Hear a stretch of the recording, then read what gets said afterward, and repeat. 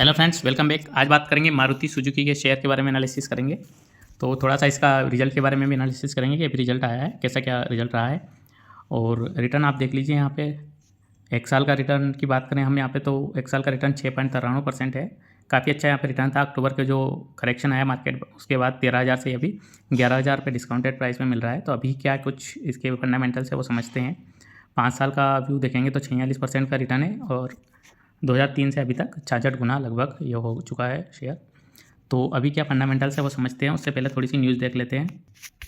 तो यहाँ पे थोड़ा सा न्यूज़ के बारे में बात कर लेते हैं। क्वार्टरली रिजल्ट जो आया सितंबर का, मारुति सुजुकी के बारे में बात करेंगे यहाँ पे, कैसा क्या रिजल्ट रहा है। फिर हम शेयर प्राइस के हिसाब से एनालिसिस करेंगे, थोड़ा सा फंडामेंटल एनालिसिस। तो एजुकेशनल पर्पज़ से मैं वीडियो बना रहा हूँ और हमेशा आपको देखा होगा, आप सारे जो वीडियो हैं एजुकेशनल पर्पज़ से होते हैं। तो फटाफट से शुरू करते हैं। यहाँ पे देखिए आप, प्रॉफिट डाउन हुआ है बट रेवेन्यू स्लाइटली अप हुआ है। रेवेन्यू थोड़ा सा बड़ा है, प्रॉफिट तो डाउन हुआ है। तो प्रॉफिट कितना डाउन हुआ है? 3,786 करोड़ था पिछले साल के सितंबर 23 के क्वार्टर में, अब 3,102 करोड़ हो गया है। यानी पिछले साल के सितंबर क्वार्टर की तुलना में प्रॉफिट आपका 18% डाउन हुआ है। और बात करें ऑपरेटिंग मार्जिन की, तो ऑपरेटिंग मार्जिन यहाँ पे 37,339 करोड़ था, जो कि थोड़ा सा बढ़कर 37,449 करोड़ हो गया है। और ये ग्रोथ 0.29% की है। इसके अलावा नेट प्रॉफिट मार्जिन की बात करें तो ये 9.9% था पहले, अब नेट प्रॉफिट मार्जिन 8% ही रह गया। रीज़न क्या बताया जा रहा है यहाँ पे कि रॉ मटेरियल का कॉस्ट जो है बढ़ गया है, इसलिए प्रॉफिटेबिलिटी कम हो गई है। और सेल्स भी कम हुई है। सेल्स कितनी कम हुई है उसके बारे में बात करेंगे अब। सेल्स की बात कर लेते हैं। सितंबर 23 में टोटल 5.5 लाख सेल हुई थी और सितंबर 23 तक जो 23 वाला साल था। अब 24 वाले में 5.4 लाख सेल हुई है, यानी करीब करीब 10,000 की समथिंग सेल कम हुई है 1.9% में अगर बात करेंगे तो ये सेल का डाटा रहा है कि पिछले साल कितनी सेल हुई है मारुति सुजुकी की कारों की। अब बात करते हैं एक्सपोर्ट राइज और लोकल सेल्स डिक्लाइन। यानी कि एक्सपोर्ट्स तो बड़ा है मारुति सुजुकी का, एक्सपोर्ट से इनकम बड़ी है, बट लोकल सेल्स डिक्लाइन हुई है। लोकल में यहाँ पे लोगों ने मारुति की कारें कम प्रेफर करी है और उसकी सेल डिक्लाइन हुई है। कैसा क्या डाटा रहा? एक्सपोर्ट 69,000 करोड़ का था सितंबर 23 में, अब बढ़ के वो 12% बढ़ के 77,000 करोड़ हो गया। तो ये एक्सपोर्ट में ग्रोथ हुई है। और डिक्लाइन हुआ है डोमेस्टिक में, 4,82,000 करोड़ की सेल थी जो 4,63,000 करोड़ हो गई है। यूनिट की बात कर रहे हैं, इतनी यूनिट हो गई है। तो एक्सपोर्ट वाली यूनिट्स बड़ी है और जो डोमेस्टिक सेल है वो डोमेस्टिक सेल डाउन हुई है। यहाँ पे सारे पॉइंट्स नोटिस करते जाना, फिर बाद में हम जब एनालिसिस करेंगे प्राइस के हिसाब से तो सारे कंसिडर होंगे। तो बिजनेस के बारे में अपडेट से देख लीजिए। बिजनेस अपडेट ये है कि सुजुकी मोटर गुजरात जो स्मॉल कंपनी है वो मारुति सुजुकी में मर्ज होगी, है समझी। और एक्सेप्ट एसयूवीज, यानी एसयूवी को छोड़कर बाकी सब व्हीकल की सेल डिक्लाइन हुई है। एसयूवी की सेल्स बढ़ी है, बाकी जो कारें हैं मारुति की उनकी डिक्लाइन हुई है। एसयूवी सेक्टर में अच्छा परफॉर्म किया है मारुति ने। तो ये कुछ मैनेजमेंट की अपडेट्स हैं।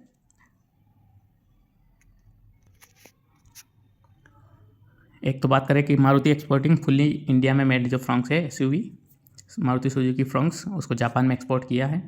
इसके बाद नेक्स्ट 5-6 ईयर में ईवी पे ज़्यादा फोकस कर रही है। टाटा भी कर रही है, सारी कंपनियां कर रही है, मारुति सुजुकी भी ईवी पे ज़्यादा फोकस कर रही है। बता रहे हैं कि पर ईयर एटलीस्ट वन जो है एक नई कार मारुति की ईवी बेस्ड लॉन्च करेंगे ये लोग। और rural sales outperforming urban and every 3 years car sold, जो भी 3 कारें सोल्ड होती हैं उनमें से एक सीएनजी की होती है। मारुति वालों का कहना है कि सीएनजी एवरी 33% कार मतलब सीएनजी की सेल हो रही है यहाँ पे। वापस से मारुति सुजुकी के मार्केट पे आ जाते हैं। 1,500 रुपये का डिस्काउंट अभी एक महीने में मिला है, 12% का ड्रॉप मिला है। और अभी क्या कुछ इसके फंडामेंटल्स है वो समझ लेते हैं अब। न्यूज़ और अपडेट के बारे में मैंने आपको बता दिया है। डिविडेंड की बात करें तो यहाँ पे डिविडेंड इन्होंने पे कर दिया था अक्टूबर में, 2 अगस्त को, अगस्त में डिविडेंड पे किया था 125 रुपये पर शेयर के हिसाब से। तो डिविडेंड साल में एक ही बार पे करते हैं। यहाँ पे आप देख सकते हैं अगस्त 24 में, फिर अगस्त 23 में, अगस्त 22 में। तो इस तरीके से एक बार साल में एक बार डिविडेंड पे करते हैं। ये 2500% क्यों लिखा होता है, जहाँ तक मुझे लगता है सबको समझ में आता होगा। ये फेस वैल्यू पे डिसाइड होता है कि कितना परसेंटेज वो शो करेंगे। तो फेस वैल्यू अगर 10 रुपये की 125 अगर डिविडेंड मिल रहा है, यानी 2500% का वो हो जाएगा डिविडेंड। अब बात है फंडामेंटल्स की, तो 3,49,000 करोड़ की कंपनी है, काफ़ी बड़ी कंपनी है मारुति सुजुकी। ROE 15.73% का है, बहुत ही अच्छा है। इतनी बड़ी लेवल की कंपनी होते हुए इतना रिटर्न जनरेट करना बहुत अच्छी बात है, क्योंकि जनरली छोटी जो स्मॉल कैप कंपनियाँ होती है वो इससे ज़्यादा भी जनरेट कर देगी ROE, बट इतनी बढ़िया लेवल की 3 लाख करोड़ की स्टेबल कंपनी 15% का ROE जनरेट कर रही है, मतलब बहुत अच्छा है। अर्निंग पर शेयर 445 रुपया है, 445 रुपये, 11,000 की मार्केट प्राइस है, उस पर 445 रुपये पर शेयर अर्निंग है। और बात करें PB रेशो की, PB रेशो 3.92 पे है, क्योंकि बुक वैल्यू 2800 है। तो बुक वैल्यू 2800 है और करंटली 11,000 पे चल रही है, तो आप यहाँ पे सोच सकते हैं कि लगभग 3.92 गुना जो है अपनी बुक वैल्यू से चल रही है मारुति सुजुकी। बट एक स्टेबल कंपनी है, इसलिए ये PB रेशो बहुत ज़्यादा नहीं है, थोड़ा सा ज़्यादा मेरे को अभी लग रही है, अभी भी ओवर वैल्यूड लग रही है, बट बहुत ज़्यादा नहीं है। PE की बात करें तो PE 24 है, तो PE भी थोड़ा सा ज़्यादा है। PE भी 20 के अंदर मिल जाए तो बहुत बढ़िया है, बट 25 तक बुरा नहीं है, ठीक है। यानी और करेक्शन अगर आए तो बेटर अपॉर्चुनिटी साबित हो सकती है यहाँ पे। अब बात करते हैं डिटेल फंडामेंटल एनालिसिस की। रेवेन्यू की बात करें यहाँ पे, तो रेवेन्यू देख लीजिए, एक सितंबर 23 के क्वार्टर से 38,000 करोड़, 34,000 करोड़, 39,000 करोड़, 36 और 38, इस तरीके से एक स्टेबल रेंज में है, अप डाउन के साथ। ग्रोथ यहाँ बहुत अच्छी नहीं दिखाई दे रही है, बट स्टेबल रेंज में है। ईयरली की बात करेंगे तो एक प्रॉपर ग्रोथ हमें दिखाई दे रही है, 78,000 करोड़, 73,000 करोड़ से लेकर 1,45,000 करोड़ तक 4-5 साल में लगभग डबल हुआ है रेवेन्यू। इसे यहाँ से काउंट करेंगे 73,000 करोड़ से 1,45,000 करोड़ हुआ, तो 4-5 साल में रेवेन्यू डबल किया है अपना। तो कंपनी ग्रोविंग है, इतनी बड़ी कंपनी होते हुए भी अच्छी ग्रोविंग कंपनी है अभी, और काफ़ी कुछ इसमें अभी संभावना है। बात करें प्रॉफिट की, तो वो वैसे ही फिर एक साल का प्रॉफिट देखेंगे तो इसी तरीके से अप डाउन है, 3700 करोड़ से लेके 3200 करोड़, फिर से 3900 करोड़, 3200 करोड़, इस तरीके से अप डाउन है। ईयरली की बात करेंगे तो ईयरली में प्रॉफिट में पहले 20, 21, 22 तक बहुत थोड़ी सी ग्रोथ दिखाई दी है, कम प्रॉफिट हुआ है। तो यहाँ कोरोना का असर 2020 का यहाँ तक चला, 2022 तक, और मार्केट ने अच्छा ग्रोथ नहीं दिया है, प्रॉफिट नहीं दिया है, पर उसके बाद से प्रॉफिट बहुत अच्छा बढ़ा है। यहाँ देखिए आप, तो 4,000 करोड़ से लेके 13,000 करोड़ तक की प्रॉफिट ग्रोथ हमें दिखाई दे रही है। और अब बात कर लेते हैं फाइनली नेटवर्थ की। नेटवर्थ 2020 से बात करें तो 49,000 करोड़ थी और अभी 85,000 करोड़ है, तो ये भी लगभग 1.5 गुना अपनी नेटवर्थ इंक्रीज़ कर ली है कंपनी ने। परफॉर्म अच्छा कर रही है, ऐसा हम मान सकते हैं। प्रॉफिट भी ठीक जनरेट करके दे रही है। अब बात कर लेते हैं प्रमोटर्स होल्डिंग की, तो यहाँ पे आप देखेंगे तो प्रमोटर की होल्डिंग 58.19% दिखाई दे रही है सितंबर 24 में। सितंबर 23 में कितनी थी? नवंबर 23 में 58.19 थी और सितंबर 24 तक 58.19, यानी FII का यहाँ पे देखेंगे तो 20.93 यानी 21% से घटकर 17% रह गया। FII ने अमाउंट घटाया है, म्यूचुअल फंड ने यहाँ पे बढ़ाया है। म्यूचुअल फंड का अमाउंट इंक्रीज़ हुआ है, FII का डिक्रीज़ हुआ है, और प्रमोटर होल्डिंग अनचेंज्ड है।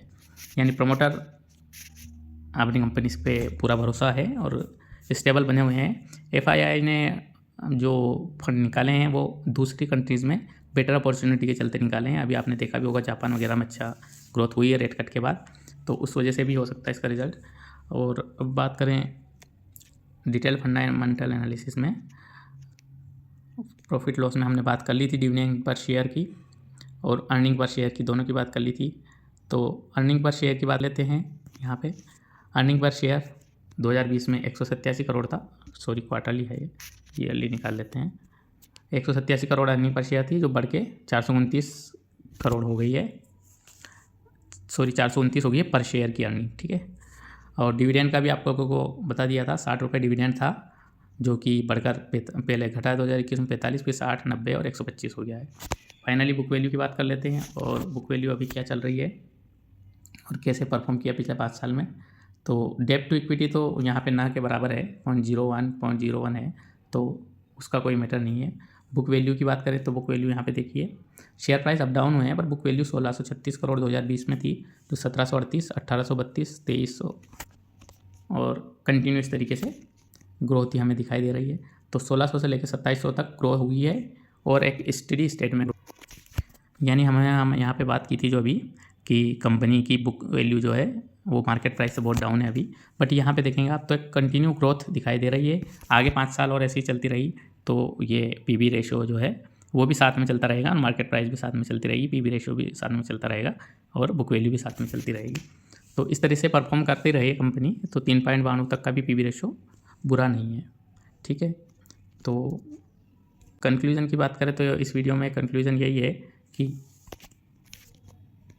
थोड़ी सी ओवर वैल्यू है कंपनी लग रही है, बट यहाँ तक इस रेंज तक 10,000 के आसपास तक कंपनी इन्वेस्ट करना बुरा नहीं है। 10,000 तक की वैल्यू है, क्योंकि बड़ी कंपनी है, स्टेबल कंपनी है, तो रेशियो पीवी रेशियो 3 से नीचे आने की कम ही उम्मीद है। जहाँ तक कि बड़ा कोई स्कैम वगैरह वैसा कुछ हो जाता है तब अब ऐसी बनती है दिक्कत। वेल इस्टेब्लिश्ड कंपनी है, बहुत पुरानी कंपनी है, तो यहाँ पे ये लगता है कि पीवी रेशियो 10,000, पीवी रेशियो 3 से नीचे नहीं जाएगा, यानी कि कहने का मतलब 10,000 से नीचे स्टॉक नहीं जाएगा यहाँ पे, ऐसा मुझे लग रहा है। मैं पर्सनल भी शेयर कर रहा हूँ। और अपर में क्या है, अपर में वही ROE 15% है। ऐसा नहीं कि ये शेयर यहाँ से 11,000 से 22,000 चला जाए, ऐसी भी संभावना मेरे को नहीं दिख रही है। दिख रही है तो यही कि पीवी रेशियो 15 के आसपास जो है आपका, तो 15% के आसपास ये रिटर्न ईयरली दे सकता है शेयर। और इसमें डाउट नहीं है कि 15% रिटर्न ईयरली दे दे, इसमें कोई ऐसी बड़ी दिक्कत मेरे को दिखाई नहीं दे रही है।